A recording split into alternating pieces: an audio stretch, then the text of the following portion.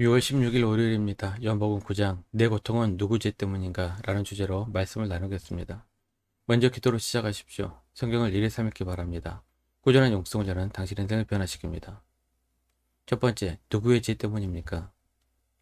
예수님과 제자들이 길을 가다가 태어날 때부터 앞을 보지 못한 한 사람을 만났습니다. 그를 보자마자 제자들은 당시 사람들이 흔히 가졌던 궁금증을 예수님께 여쭈었습니다. 선생님, 이 사람이 맹인으로 태어난 것이 누구의 죄 때문입니까? 자기 자신의 죄입니까? 아니면 그의 부모의 죄입니까? 이 질문 속에는 사람의 고통을 죄의 결과로 단정짓는 차가운 시선이 담겨 있습니다. 저 사람이 힘든 건 다 이유가 있을 거야 라며 쉽게 판단하고 정죄하는 세상의 방식입니다. 우리도 살면서 비슷한 실수를 할 때가 많습니다. 누군가 어려움을 겪을 때 그 원인을 찾으려 했으며 비난의 화살을 돌리곤 합니다. 하지만 예수님의 대답은 제자들의 상을 완전히 뒤엎었습니다. 이 사람이나 그 부모의 죄 때문이 아니다. 오히려 그를 통해 하나님께서 하시는 일을 나타내기 위함이다. 예수님은 그의 고통을 볼로 보지 않으시고 하나님의 위대하고 선한 계획이 펼쳐질 무대로 보셨습니다. 이것은 우리가 겪는 이해할 수 없는 아픔과 나의 약점조차도 하나님의 영광을 드러내는 통로가 될 수 있다는 희망을 보여줍니다. 예수님은 자신을 세상의 빛이라고 선언하셨습니다. 그리고는 땅에 침을 뱉어 진흙을 이겨 그의 눈에 바르셨습니다. 그리고는 그에게 실로암 못에 가서 씻으라고 명령하셨습니다. 실로암은 보냄을 받았다는 뜻을 가지고 있습니다. 여기서 우리는 눈먼 사람의 위대한 믿음을 엿볼 수 있습니다. 그는 아무런 의심 없이 그 말씀을 믿고 따릅니다. 눈에 진흙이 발린 채 앞도 보이지 않는 상황에서 더듬거리며 실로암 연못을 향해 걸어가는 그의 모습은 오직 말씀 하나에 의지하여 나아가는 순종의 아름다움을 보여줍니다. 그가 연못물로 눈을 씻자 평생 그를 가두었던 어둠이 걷히고 생전 처음으로 세상을, 사람들을 보게 된 것입니다. 이건 단순히 한 사람의 시력이 회복되는 것이 아니라 그 사람의 인생이 완전히 새로 태어나는 창조적인 기적이었습니다. 눈을 뜬 남자가 동네로 돌아오자 큰 소동이 일어났습니다. 늘 길가에 앉아 구걸하던 그의 모습을 기억하던 이웃들은 눈앞의 광경을 믿을 수가 없었습니다. 두 번째, 안식일에 어떻게 그런 일을? 이 기적의 소식은 바리새인들에게 전해졌습니다. 그러나 그들은 한 사람의 인생이 구원받는 기쁨에 동참하기는커녕 아주 사소한 문제를 걸고 넘어졌습니다. 바로 예수님이 기적을 행하신 날이 안식일이었다는 점입니다. 그들은 안식일에는 노동을 해서는 안 된다는 자신들이 만든 율법 규정을 어겼다며 예수님을 비난하기 시작했습니다.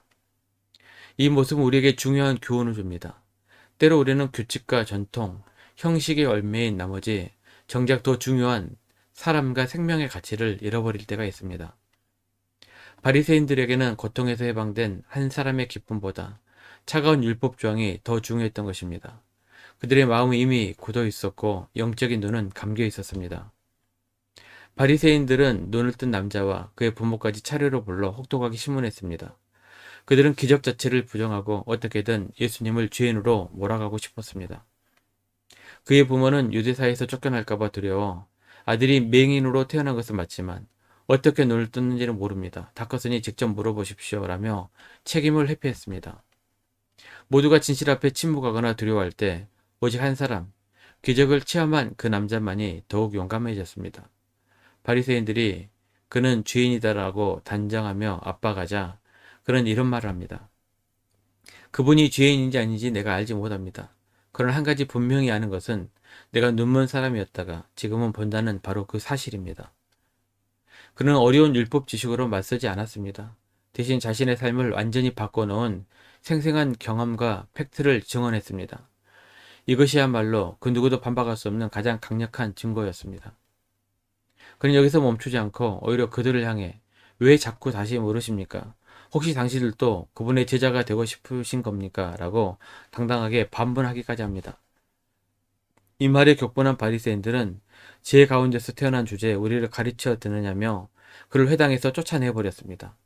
그는 시력을 얻었지만 진실을 말한 대가로 공동체에서 버림받고 외톨이가 된 것입니다. 세 번째, 누가 진짜 맹인인가? 세상으로부터 버림받아 홀로 남겨진 남자에게 예수님께서 그를 다시 찾아오셨습니다. 예수님은 한 번의 기적으로 끝내시는 분이 아니라 그의 상처 입은 영혼까지 끝까지 책임지시는 따뜻한 목자이셨습니다. 예수님은 그에게 물으셨습니다. 내가 인자를 믿느냐? 남자는 대답했습니다. 주님, 그분이 누구신지 제게 말씀해 주십시오. 그러면 제가 믿겠습니다. 예수님은 마침내 자신을 드러내셨습니다. 내가 이미 그를 보았다. 지금 너와 말하고 있는 사람이 바로 그다. 그 순간 남자의 인생에 두 번째 기적이 일어났습니다. 그는 단지 육신의 눈으로 예수님을 본 것이 아니었습니다.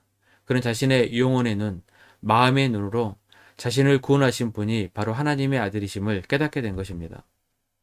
그는 깊은 감격 속에서 주님 제가 믿습니다 라고 고백하며 예수님 앞에 엎드려 경배했습니다. 육신의 치유가 영적인 구원으로 완성되는 위대한 순간이었습니다. 이 이야기는 여기서 끝나지 않고 마지막으로 우리 모두에게 던지는 충격적인 반전으로 마무리됩니다. 이 모든 것을 지켜보던 바리새인들이 그렇다면 우리도 맹인이란 말이냐 라고 비꼬듯이 묻자 예수님은 이렇게 선언하셨습니다. 너희가 차라리 맹인이었다면 죄가 없었을 것이다. 그러나 지금 너희가 우리는 본다고 말하고 있으니 너희 죄는 그대로 남아있다. 네 번째, 우리 삶에 던지는 질문. 나는 영적으로 보고 있는가? 혹시 바리새인들처럼 나는 다 안다는 교만에 빠져 정작 하나님의 새로운 일하신가? 내 주변 사람들의 아픔을 보지 못하는 영적인 맹인은 아닌가? 주님 제 눈을 열어주세요 라는 겸손한 기도가 우리에게 필요합니다. 본다는 것은 단순히 눈으로 사물을 인식하는 행위가 아닙니다. 진정으로 본다는 것은 세상의 편견을 넘어 한 사람의 가치를 보고 나의 고통 속에서 일하시는 하나님의 계획을 보며 무엇보다 세상에 비치신 예수님을 나의 구원자로 알아보는 것입니다.